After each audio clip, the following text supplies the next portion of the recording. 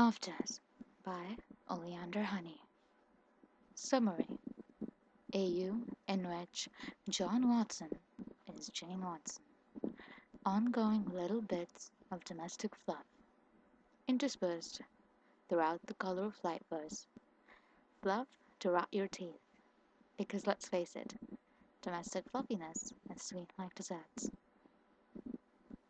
Chapter 1: Chinese. We're quite sure this is the best Chinese in Westminster, Jane asks, suspiciously, as she eyes the dingy hole in the wall that was the lucky cat. The glowing sign above the place only had the L, C, K, and half of the U lit up, and Jane purses her lips in a half smile as she reads it out loud. Lick. Appetizing. Oh, just trust me, Sherlock grumbles. You can always tell a good Chinese by the bottom third of the door handle, he says, and actually pulls out his ruddy pocket magnifier and inspects said handle from top to bottom. Jane leans over, curious. Really? How, then? She asks, knowing he's probably just bursting to tell her. Show off. Sherlock snaps the magnifier closed and turns to her smugly. There is more burnt here on the bottom of the handle, where more hands have been in contact with it. It's shinier than the rest, belying the faint oils our fingertips naturally leave behind. Because it's the bottom two-thirds, it speaks of a specific clientele, people who are of Chinese persuasion. The field's authentic enough to warrant a steady stream of said customers and their families. So you know this because of the stereotype that Asians are short? Jane asks. That's a bit rude. I'm short, and so are loads of other people. No, you're correct. The stereotype is a misconception. The average height of a man living in China is 5'8", only half an inch to an inch shorter, give or take, than a man living in the UK. Not much of a difference to make any noticeable change in the door handle polish, wouldn't you say? No, I am referring to short people of a different variety. He smirks, clearly drawing it out. Go on then, Mr. Wikipedia. Enlighten me. Children, he replies, and Jane cocks her head. It's about honor. The Chinese believe in having the utmost respect for their elders, and given this is a family establishment, children frequent the restaurant often, holding the door open for their parents and grandparents as they enter. Well, then that can only mean one thing, she remarks, her stomach growling. What's that? Sherlock asks. Damn good dim sum, she says, and grabs the handle, leaving Sherlock to chuckle behind her.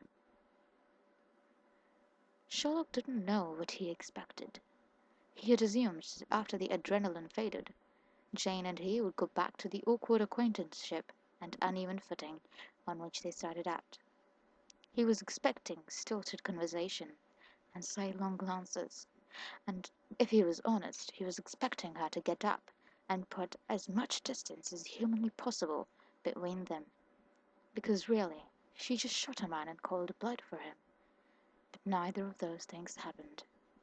Instead, what happened was easy conversation and anecdotes of the past of all things, like normal people. But she was shocked to find he didn't mind at all. There was nothing about Jane that bored him, and he listened with rapt attention when she talked about her military service in Afghanistan, her sister and their adventures when they were girls, and her insufferable mother. The tone was light and the company effortless. She does not mention getting shot, or her father, and for once, Sherlock doesn't press the matter. When their food comes, Sherlock eats with gusto, but he peeks up at Jane every so often from under his lashes. Despite knowing how hungry she must be, she doesn't eat as fast and ends up pushing the pieces of her ginger duck around the plate more often than not. She nibbles on some cabbage, and he pauses halfway to bring a dumpling to his mouth. He huffs and rolls his eyes, setting his chopsticks down, and without saying anything, he switches their plates. "I told you should have let me order for you," Sherlock grumbles in mock irritation. "Okay, so maybe the duck was a bit ambitious," Jane says, digging into the orange chicken he just set in front of her. "I'm not good when my dinner still has its face attached." "Then why did you order it?" "Didn't want to be predictable," she says. "Ah, well, how is it now?" "Delicious," she says, around a mouthful of food. "I can see why you like it." "Oh, I don't," he says with a quirk of his lips. "What?" "I prefer the duck, face and all." He winks. "You ordered the chicken just to trade with me later." "Yes, and because I knew it would be your favorite." "I'll be quite surprised if you ever order anything else from now on," he says, licking some sauce off the pad of his thumb. The look on her face told him he was probably right, and she narrows her eyes. "Do you ever get tired of showing off?" "Nope," he says, popping the bee with a smack of his lips. "Bug?" "Bite." She laughs and throws a fortune cookie at his head, which he catches deftly. "Go on, then. Guess my fortune if you're so clever." And Sherlock rips open the package eagerly. Be prepared to be amazed. After dinner, they head back to Baker Street and up the steps as quietly as they can so as to not disturb Mrs. Hudson. They walk in and hang up their respective coats, and as if they had been living there for years, Jane says, "Tea?" To which Sherlock grunts, "Yes, please," and flops down onto the sofa to think. He presses his palms together and touches the tips of his fingers to the bottom of his chin. After the kettle is boiled, Jane comes over and sinks into the space next to him, and he idly takes the steaming mug from her. He takes a sip before he realizes it's milky and sweet, perfectly the way he likes it. "How did you know?"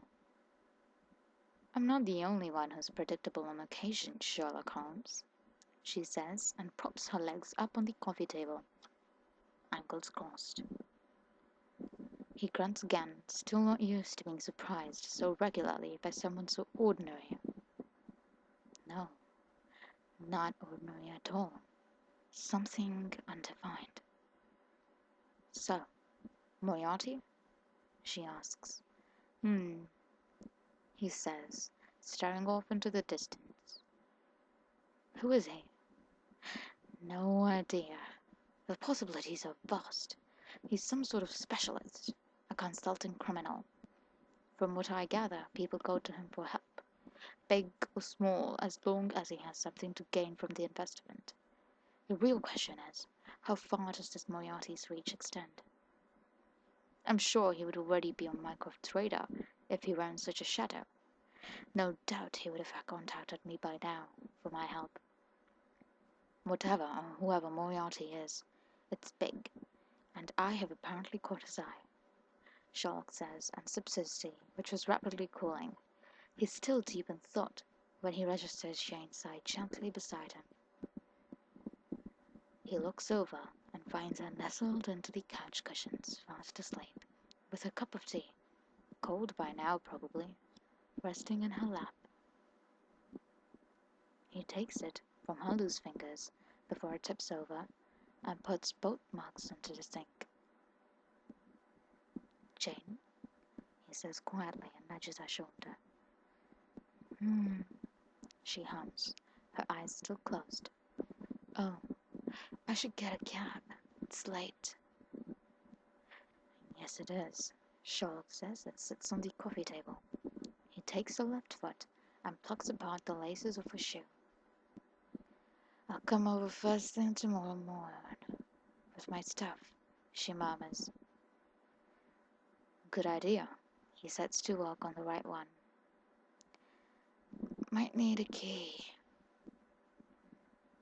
"Of course, I'll have one made directly," he says, and tucks her shoes next to the sofa. "Lay down now." Jane mumbles and sighs once more, but only shimmies down further into the cushions. Sherlock rolls his eyes and gently guides her to lie on her side, one hand cupping the side of her face and the other tucking her legs, so she fit comfortably between the two armrests. She was really rather small, and it was only in her vulnerable, relaxed state that Sherlock realized this. Jane had always presented herself as a hard, commanding presence that instantly filled any room, regardless of if she had anything to say or not. It was impressive, the list of things he managed to overlook when it all boiled down. Without anything more, he goes into the hall and grabs a faded afghan of Mrs. Hudson's from the cupboard and spreads it over her sleeping form. With that, he plops into his armchair, settling in for a long night of numerous possibilities. The end.